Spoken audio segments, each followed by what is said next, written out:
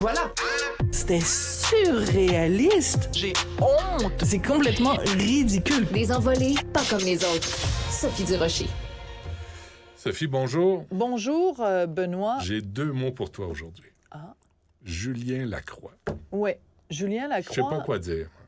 Est-ce que tu fais partie des gens qui sont tannés d'en entendre parler?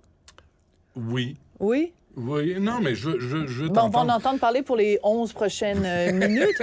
Non, c'est que, bon, pour ceux qui étaient peut-être cachés en dessous d'une roche au cours des derniers jours, donc Julien Lacroix a accordé sa première entrevue en plus de 2 ans. Première entrevue télé à l'émission Le Monde à l'envers, animée par Stéphane Bureau à TVA, les vendredis. Émission à laquelle je participe. J'étais pas là vendredi, mais je participe à cette émission-là, juste pour pas que les gens pensent que je suis en conflit d'intérêts.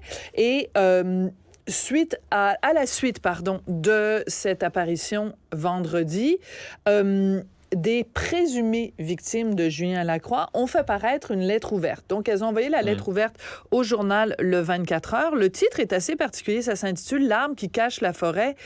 Et en tout respect pour ces femmes-là, il y a un certain nombre de points qu'elles soulèvent qui, moi, m'apparaissent à tout le moins problématiques. Alors, premièrement, elles disent on braque ces jours-ci, dans la société québécoise braque son attention sur ceux qui ont été exclus de nos écrans parce que leur présence fait mal aux personnes qu'ils ont agressées, mais aussi à toutes les personnes qui survivent aux violences sexuelles. On met de l'avant les personnes dénoncées en oubliant toute la souffrance que ça génère. C'est sûr que la décision de mettre Julien Lacroix à la télévision, on savait très bien que ça allait provoquer des remous et que ça allait en effet pouvoir remuer des choses excessivement désagréables pour les personnes qui se disent victimes de Julien Lacroix. Ça, on comprend ça. N'importe qui est capable de comprendre ça.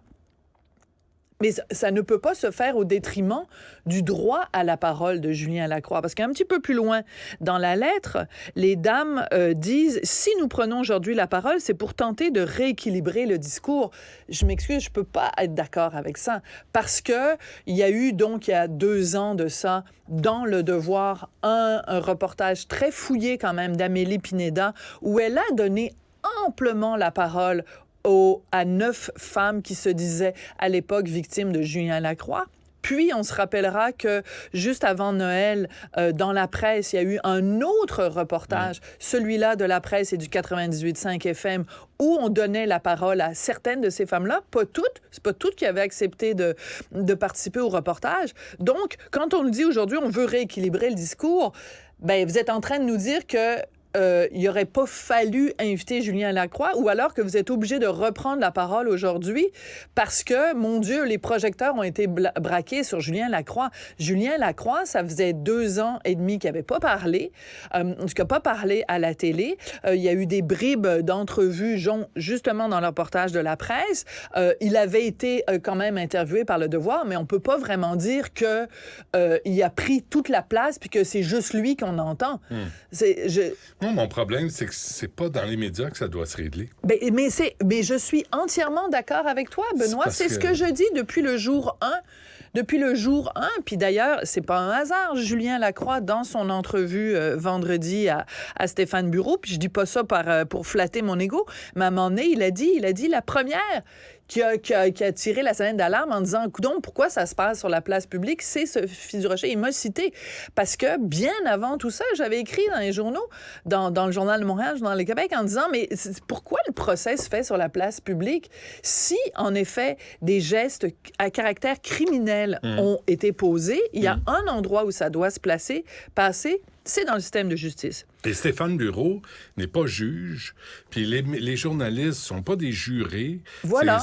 Et les téléspectateurs non plus. Mais non, c'est ça. Alors, un peu plus tard, elles en parlent de ça dans leur lettre, ces présumées victimes, dont on ne sait pas le nom, parce que la lettre n'est pas signée, donc déjà, bon, et on ne sait pas combien de femmes l'ont signée. Donc, sur les 9 initiales qui ont dénoncé au Devoir, combien sont signataires de cette lettre-là? Est-ce que c'est 1, 2, 7? On ne le sait pas. Donc, il y a quand même un certain nombre de problèmes. Bon, alors, elles disent, ces femmes-là, dans la lettre, la raison pour laquelle nous choisissons pas de dénoncer... non, attends, je recommence, je veux bien les citer. Nous ne choisissons pas de dénoncer en marge du système de justice par soif de sang, mais par manque de confiance en ce dernier. À l'heure actuelle, les personnes violentes ne sont ni adéquatement responsabilisées, ni traitées par des thérapies adaptées. Bon, elle dit... Dans tout le vaste système, il n'y a personne qui est bien puni. Ben là, attends 2 secondes, madame. Là. Alors, premièrement, je voudrais dire Guy Cloutier, qui a été trouvé, qui a plaidé coupable à avoir agressé Nathalie Simard. Il est allé en prison. En prison, il a suivi une thérapie. André Boisclair a été trouvé coupable devant une cour de justice après une enquête de police, des dépôts d'accusation de la part du DPCP. Il y a eu un procès, trouvé coupable. Il est envoyé en prison, André Boisclair. Non, excuse-moi, il n'y a pas eu de procès. C'est allé donc directement en prison. Il suit en ce moment une thérapie, sauf qu'il y a un problème, c'est qu'il est très arrogant et il se considère meilleur que les autres. Ben, t'as lu, il y a eu un article avant Noël sur le cas. André Boisclair.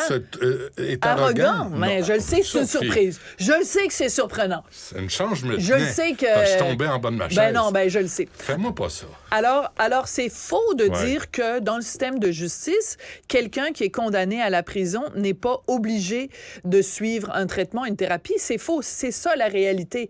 Tu t'es condamné pour une peine à caractère sexuel, tu es obligé de suivre une thérapie. Si tu ne suis pas la thérapie, bye la libération conditionnelle. Pas tout le temps. Non, mais Benoît, mais je ne dis pas que là... le système est parfait, mais faire des affirmations comme ça, faire des amalgames, faire des affirmations trop larges, mettre tout le monde dans le même panier, mettre toutes les pauses dans... De façon anonyme. Ben, voilà.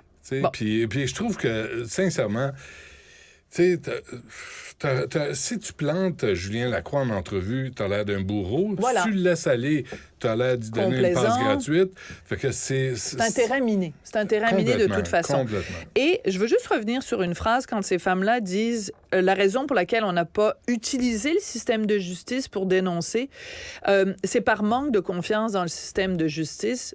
Dans la même lettre, un petit peu plus loin, elles nous disent, nous, ce qu'on veut, c'est que ce genre de geste-là, nous avons entamé ça dans l'espoir que ça se reproduise plus. Mesdames, je veux vous parler. Si vous considérez qu'il y a un individu X qui est un prédateur, il y a une façon de l'empêcher de continuer, c'est de déposer une plainte à la police. Si ce gars-là se retrouve en prison, trouvez-moi une meilleure façon de l'empêcher de continuer à faire ce qu'il fait. Tant que le prédateur est en liberté, il peut commettre un autre geste. Si vous êtes sincère... Ça reste des rumeurs.